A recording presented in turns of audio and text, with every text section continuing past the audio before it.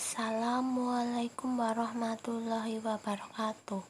Perkenalkan, nama saya Fitria Nur Hasanah, NPM 20144600012, kelas A120, mahasiswi program studi pendidikan guru sekolah dasar Universitas PGRI Yogyakarta. Saya akan mempresentasikan media pembelajaran interaktif yang telah saya buat. Pelajaran kelas 5, tema 4 tentang peredaran darah. Kita klik tulisan peredaran darah. Yang selanjutnya akan menuju halaman menu. Pada halaman menu terdapat tombol petunjuk penggunaan. Yang kedua, tombol indikator. Yang ketiga, tombol materi. Yang keempat, tombol soal, berisikan soal-soal. Yang kelima, tombol profil pengembang, berisikan profil pengembang. Selanjutnya kita klik tombol petunjuk penggunaan. Lalu kita klik tulisan petunjuk penggunaan. Di sana terdapat petunjuk penggunaan. Yang pertama, tombol home, berfungsi untuk kembali ke menu awal. Yang kedua, tombol exit, berfungsi untuk keluar atau kembali ke halaman terakhir media pembelajaran interaktif. Yang ketiga, ada tombol petunjuk penggunaan, berfungsi untuk menjelaskan tombol-tombol yang ada di fitur media interaktif. Yang tombol keempat yaitu materi, berfungsi untuk memunculkan materi pembelajaran yang ditentukan. Tombol kelima yaitu tombol indikator, berfungsi untuk mengetahui kompetensi dasar dan indikator. Tombol keenam, soal, berfungsi untuk mengerjakan soal-soal yang telah disediakan. Tombol selanjutnya yaitu tombol profil, berfungsi untuk mengetahui biodata pengembang. Selanjutnya anak panah ke kanan, berfungsi untuk menuju halaman selanjutnya, sedangkan anak panah ke kiri untuk kembali ke halaman sebelumnya. Kita klik halaman home, lalu kita klik halaman indikator. Pada indikator kita klik. Di sana terdapat 5 indikator. Yang pertama, pengertian sistem peredaran darah. Yang kedua, organ peredaran darah dan penjelasannya. Yang ketiga, macam-macam peredaran darah manusia. Yang keempat, gambar peredaran darah. Yang kelima, soal evaluasi hasil belajar yang bisa dicoba oleh siswa. Kemudian terdapat kompetensi dasar. Yang pertama, menjelaskan organ peredaran darah dan fungsinya pada hewan dan manusia, serta cara memelihara kesehatan organ peredaran darah manusia. Yang kedua, menyajikan karya tentang organ peredaran darah pada manusia. Setelah kita mengetahui indikator yang terdapat pada media interaktif tema 4 berupa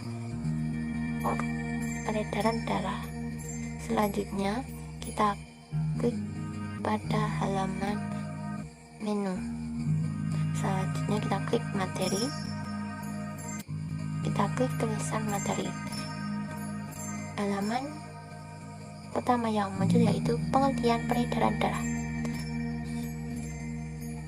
Sistem peredaran darah ada 2 jenis, yaitu sistem peredaran darah terbuka dan sistem peredaran darah tertutup.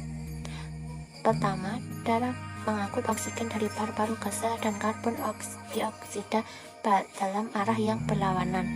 Yang kedua, yang diangkut adalah nutrisi yang berasal dari pencernaan seperti lemak, gula, dan protein dari saluran pencernaan dalam jaringan masing-masing untuk mengonsumsi sesuai dengan kebutuhan mereka, diproses atau disimpan. Selanjutnya kita klik tombol selanjutnya untuk menuju halaman berikutnya.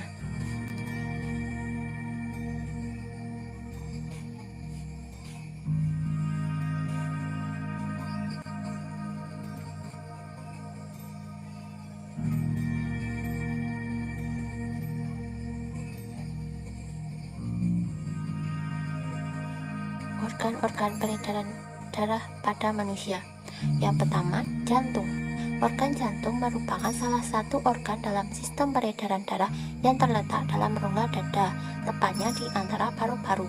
Jantung memiliki posisi yang miring sebagi sehingga bagian ujungnya yang runcing menuju ke arah bawah ke pelvis kiri dan ujungnya menghadap ke atas bahu kanan. Jantung terdiri dari 4 bagian, yaitu atrium kanan, atrium kiri, ventrikel kanan, dan ventrikel kiri. Dalam sistem peredaran darah, atrium kanan berfungsi sebagai penampung darah yang mengandung sedikit oksigen dari seluruh tubuh melalui vena cava superior dan inferior dari jantung melalui sinus koronari. Kemudian darah dipompa ke ventrikel kanan dan selanjutnya ke paru-paru. Yang kedua, pembuluh darah. Pembuluh darah terdiri dari 3 macam, yaitu pembuluh arteri. Pada pembuluh arteri adalah pembuluh darah yang membawa darah dari jantung menuju pembuluh darah kapiler. Fungsi dari pembuluh darah ini adalah mengalirkan darah dari jantung ke seluruh tubuh. Pembuluh arteri menghantarkan oksigen dan nutrisi ke semua sel, mengandung zat buangan, misalnya karbon dioksida, menjaga keseimbangan mobilitas protein, kimia, unsur-unsur dari kekebalan tubuh dan sel. Yang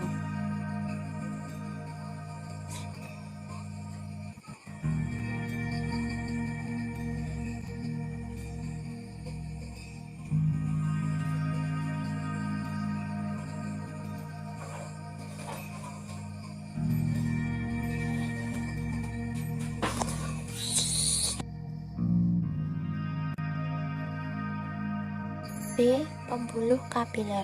Pembuluh kapiler merupakan pembuluh darah kecil. Meskipun pembuluh kapiler memiliki ukuran yang benar-benar kecil, namun untuk kuantitas kapiler yang berasal dari arteri termasuk besar, agar semua daerah sayatan yang melintang pada aliran darah meningkat. Pembuluh kapiler merupakan penghubung antara pembuluh arteri dan vena, di mana tempat terjadinya pertukaran zat, absorpsi nutrisi pada usus, filtrasi pada ginjal, absorpsi sekret kelenjar. C. Pembuluh vena. Pada pembuluh darah, vena berfungsi untuk mengangkut karbon dioksida, menyalurkan darah dari seluruh tubuh menuju jantung. Sistem peredaran darah manusia memiliki fungsi yang sangat penting untuk tubuh. Salah satunya sebagai pengangkut darah yang penting ke tubuh. Selain itu, sistem peredaran darah juga memiliki fungsi lain, yaitu sebagai berikut. Yang pertama, memiliki peran sebagai pengangkut sari-sari makanan yang ada dari usus ke semua bagian tubuh. Yang kedua, sebagai penyalur oksigen dari organ pernafasan paru-paru, kemudian mendistribusikannya ke semua tubuh. Yang ketiga, sebagai pengangkut karbon dioksida dari tubuh ke paru-paru. Yang keempat, sebagai pengangkut hormon dari tempat produksinya ke bagian tubuh yang membutuhkan. Yang kelima, berperan sebagai pengangkut zat-zat sisa hasil dari metabolisme sel ke ginjal. Yang ketujuh, menjaga kestabilan temperatur tubuh supaya tetap berada pada suhu 36 hingga 37 derajat Celcius. Yang terakhir, sebagai pembunuh kuman yang telah masuk ke dalam tubuh manusia.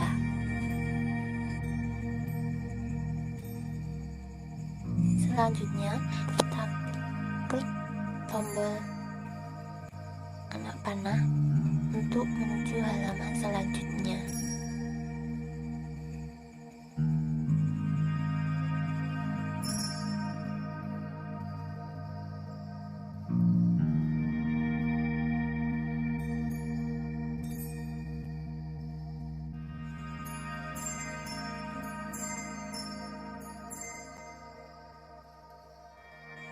Sistem peredaran darah. Sistem peredaran darah terdapat 2 macam. Yang pertama, peredaran darah besar. Sistem peredaran darah besar adalah sistem peredaran darah yang mengangkut darah yang kaya akan oksigen dari jantung menuju ke seluruh tubuh, kemudian kembali lagi ke jantung. Tahapan pada proses ini dimulai saat darah dipompa oleh jantung bagian pilih kiri, ventrikel kiri, dan akan masuk ke aorta dan arteri, selanjutnya ke kapiler di seluruh tubuh. Dari kapiler seluruh tubuh ke venula, dilanjutkan ke vena dan vena cava, dan akhirnya masuk ke jantung lagi pada bagian jantung serambi kanan, atrium dexter. Sirkulasinya adalah bilik kiri pada jantung, aorta, arteri, kapiler seluruh tubuh, vena, dan kembali jantung melalui serambi kanan. Yang kedua, B. Sistem peredaran darah kecil. Sistem peredaran darah kecil adalah sistem peredaran darah dari jantung ke paru-paru kembali lagi ke jantung dengan membawa darah yang mengandung karbon dioksida. Proses peredarannya dimulai saat darah dipompa pada bagian jantung bilik kanan, ventricle dexter, keluar melalui arteri pulmonalis menuju ke paru-paru. Pada paru-paru bagian alveolus terjadi pertukaran oksigen dan karbon dioksida. Dari paru-paru, darah kembali menuju ke vena pulmonalis dan menuju ke jantung bagian serambi kiri.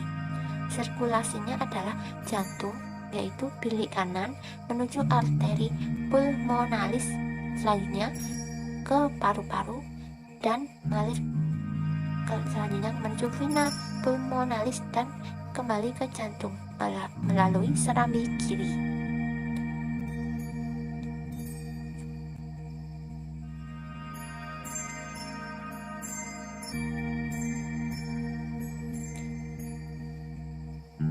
Sistem peredaran darah. Mekanisme peredaran darah kecil dan benar yaitu seperti gambar yang tertera. Selanjutnya kita kembali ke menu awal. Kita klik tombol soal, tekan soal. Di sana akan muncul pertanyaan. Pertanyaan yang pertama, jantung manusia terdiri atas D. 2 serambi dan 2 bilik. Soal selanjutnya, pertanyaan kedua, pembuluh nadi terbesar disebut B. Aorta. Setelah itu kita kembali ke menu awal kembali. Kita klik tombol profil pengembang. Kita tekan tulisan profil pengembang yang kemudian akan muncul tentang profil pengembang. Di sana terdapat nama Fitria Nurhasana, nomor NPM 20144600012, sosial media, pekerjaan sebagai mahasiswa, hobi menulis dan membaca, dan terdapat foto. Sekian presentasi dari saya, kurang lebihnya mohon maaf. Wassalamualaikum warahmatullahi wabarakatuh.